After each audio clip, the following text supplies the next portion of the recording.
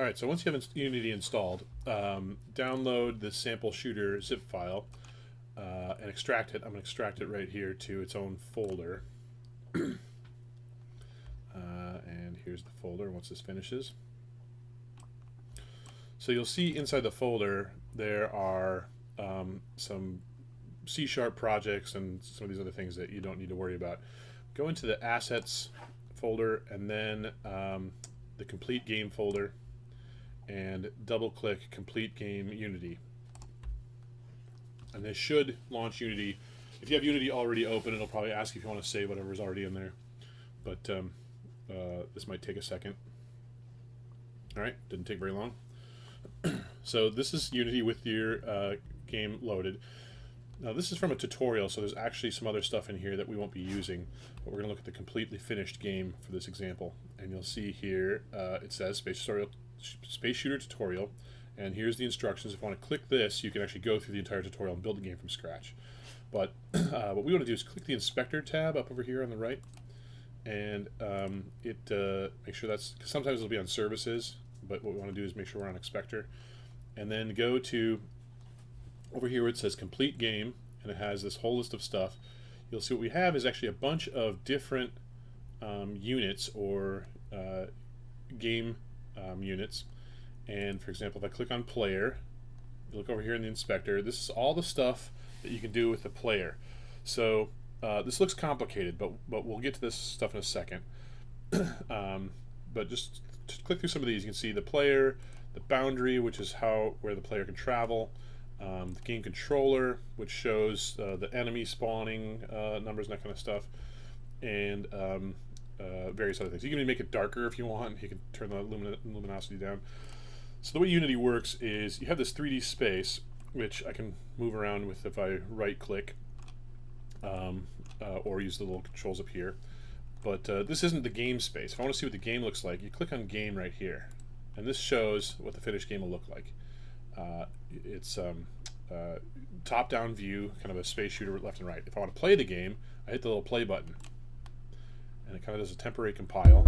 And it gives me this. And now I can use my arrow keys. Fire buttons.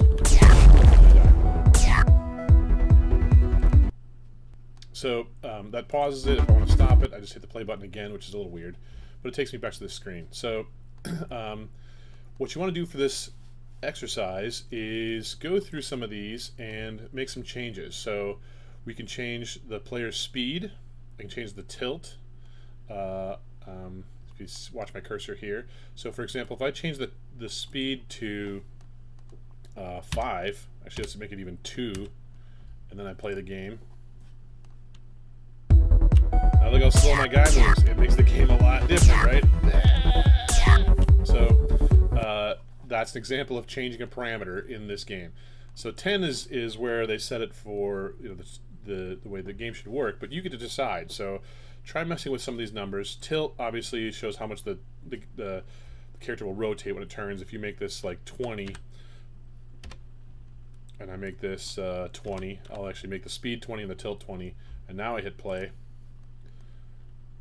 It takes a second to compile, and now look at this thing spins because it's actually going around several times before it lands, and now that I'm way faster because I did the thing 20. You can see over here on the left,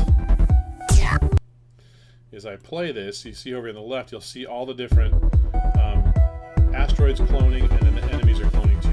There's an enemy clone right there. And when I die, it plays the thing. So you actually see in this console what's happening in the game. So here's some recommendations under player. You have the mass, which is how much it is, the drag, which is how fast it moves. Don't use gravity because you'll just fall straight down the screen. You can change your speed, your tilt. Your boundary is basically how far you can go. So if you want to limit your boundary, like -6 would be this left side, and 6 would be the right side, and 0 is in the middle. So if you made it like -10, you could go way off the screen over here. But if you made it -2, you couldn't even get past this part. So think about those limitations. Fire rate is how fast you can fire. Under the game controller, you can change things like the number of spawns and where they spawn from. The hazard count is how many asteroids come out. So you could literally make this 100 and hit play and see what happens.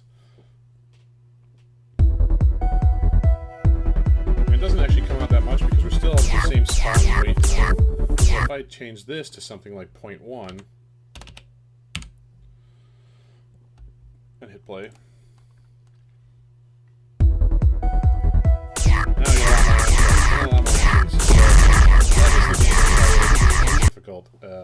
So yeah, so play with some of those settings, and then be sure to do a save as. You can save the scene as something that you've modified. So instead of complete game, call it like co-modded or something like that. Co-modded version 1, and you don't need to send me these, but we'll do some screen capture or whatever, so you can show me how the game changed when you changed it. But you definitely want to keep your original version. So if you get too far afield by jacking up some of this stuff, then you'll want to be able to get back to where it was. So make sure you do a save as so you have an original version. So give it a shot and let me know how it goes in the discussion board.